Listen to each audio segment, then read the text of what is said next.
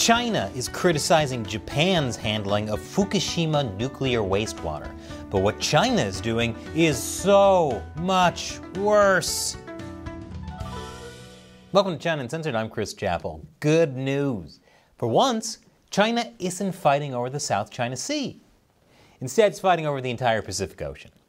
Japan is planning to release treated nuclear wastewater from their Fukushima Daiichi plant into the Pacific Ocean. And China is not happy about it. Oh my gosh, do I agree with China on something? Now, there are very good reasons that China might be concerned about this, but China has ulterior motives for how it's reacting. I'll tell you why, but first let me explain what's happening. Back in 2011, Japan's Fukushima Daiichi nuclear power plant was struck by a massive tsunami after a 9.0 magnitude earthquake offshore. It caused reactors to overheat and contaminate water in the plant with radioactive material. Since then, Japan has been using new water to cool the damaged reactors, buying time to develop a plan to deal with them. It's been storing nuclear wastewater in about 1,000 tanks equivalent to about 500 Olympic-sized swimming pools. But that can't last forever. The tanks containing the treated water are already over 97% full. That's why Japan wants to gradually discharge the nuclear wastewater over the next several decades after extensive filtering and treatment. Gradually releasing toxic material for over a decade? What is this, Twitter? Lots of people, understandably, aren't really cool with dumping nuclear wastewater into the Pacific Ocean. Many worry about how it could affect human and animal DNA. Is this going to be another case of The Simpsons did it? But an independent two-year review by the International Atomic Energy Agency, or IAEA, found Japan's plans to release treated water consistent with international safety standards. They said it would have a negligible radiological impact on people and the environment. South Korea also sent a team of experts and made the same conclusion. However, I don't think the South Korean public agreed. People distrusting scientists and the government? As an American, I can't relate to that at all. But China sees the South Korean protests as an excellent opportunity to get rid of a China hawk president and drive a wedge between South Korea and Japan. I'll tell you how after the break.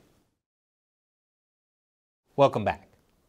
China sees the Fukushima water release as a tool to drive a wedge between South Korea and Japan. The Chinese state-run media is playing up the drama. It's funny how China suddenly cares about the environment and public safety when their enemies are involved. If only they put half the effort into dealing with the toxic chemicals in their own people's drinking water. Chinese Foreign Ministry spokesperson Wang Wenbin said that by discharging nuclear-contaminated water into the Pacific Ocean, the Japanese side may violate obligations stipulated in international law, because China is definitely the go-to role model for upholding international law. Chinese state-run media even claimed that Japan's plan is a colluded betrayal of the public interests of mankind and marine ecology. China's thinking if anyone's going to kill all the fish in the ocean, it's going to be us. China is now banning Japanese seafood and boycotting Japanese cosmetics. I don't know why. If you want your skin to glow, Fukushima water sounds like the ticket. But here's the thing. What China is doing with its own nuclear waste is actually much worse. Certain radioactive material is much harder to get rid of through treatment. For example, tritium, a radioactive form of hydrogen.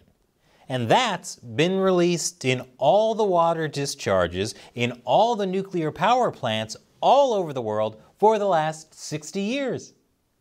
And get this, in most of these cases, there is tritium at higher levels than what is planned with Fukushima, especially with the nuclear wastewater released by China. According to the Yomiuri Shimbun, one of the largest newspapers in Japan, Chinese nuclear power plants regularly release water containing tritium at levels up to 6.5 times higher than the planned Fukushima discharge. Here's how much tritium Fukushima plans to release. And here's how much 4 Chinese nuclear power plants release each year. China, of course, dismisses Japan's claims.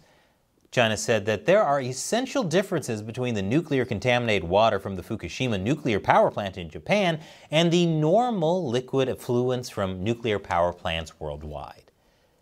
So China's not actually denying Japan's claims, it's just arguing that its own nuclear wastewater is different somehow. In fact, China has a horrible track record for handling nuclear waste, like when it just dumped a bunch in Tibet. According to the International Campaign for Tibet, the 9th Academy, China's primary nuclear weapons R&D facility in Tibet, allowed 100 tons of liquid mercury to be dumped into the Yellow River. Probably time to rename it the Silvery River. Radioactive waste also was directly dumped into Lake Kokonor in the form of liquid slurry, solid, and gaseous wastes. Either that or it was disposed of in shallow, unlined landfills. And yes, they had solid, liquid, and gaseous waste. If only they had nuclear jello, they'd have completed the toxic forms of matter set. To no one's surprise, there were reports of illnesses, birth defects, and deaths resulting from nuclear exposure. You see, unlike the West, China's willing to gamble also on nuclear power plant safety. Like when a fuel rod was damaged in the Taishan nuclear power plant in 2021.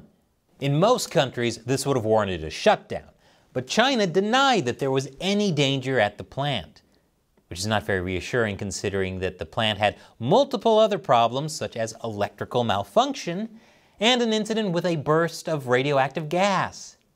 It's almost like communist countries don't have a great track record with nuclear safety. You know, it's bad when Homer Simpson is a more competent nuclear safety inspector. China Uncensored would not exist without support from viewers like you. Frequent demonetization and age restriction by YouTube would have run us out of business. Most of our budget comes from fan support on our exclusive social media site on Locals. That's chinauncensored.locals.com. For a small monthly contribution, you'll get a bunch of cool perks, including the chance to have me answer your questions on the show. Today's question comes from DPR of DC. Serious question: will Kissinger be remembered as a hero or hot garbage for his role in U.S.-Taiwan-China relations? That's an excellent question. Henry Kissinger may be single-handedly responsible for making U.S.-China relations what they are. He spearheaded the mission to get Nixon in China, and he pushed what gets called the engagement school. That's the idea that we have to do business with China, and if we do, they'll reform and become a democracy. Bill Clinton was a big proponent of that. He normalized trade with China, and American manufacturing died. To this day, you still have people pushing this idea. The Biden administration started out fairly tough on China, carrying over many Trump-era China policies. But over time, the engagement school started influencing things, to the extent that the U.S. gave up vital self-interest to get Secretary of State Antony Blinken and Treasury Secretary Janet Yellen access to China. But you know who didn't have to jump through a bunch of hoops to get into China?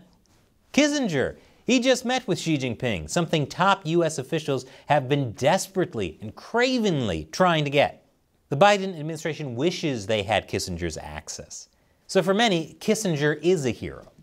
But I think as time goes on, it will only become more and more clear that Kissinger's legacy was one that empowered an authoritarian regime and devastated the United States, especially as we edge closer to war with China over Taiwan. So thanks for your question and your support, DPR of DC. And thank you for watching. Remember, check out our exclusive social media site, chinauncensored.locals.com. Link is below. Once again, I'm Chris Chappell. See you next time.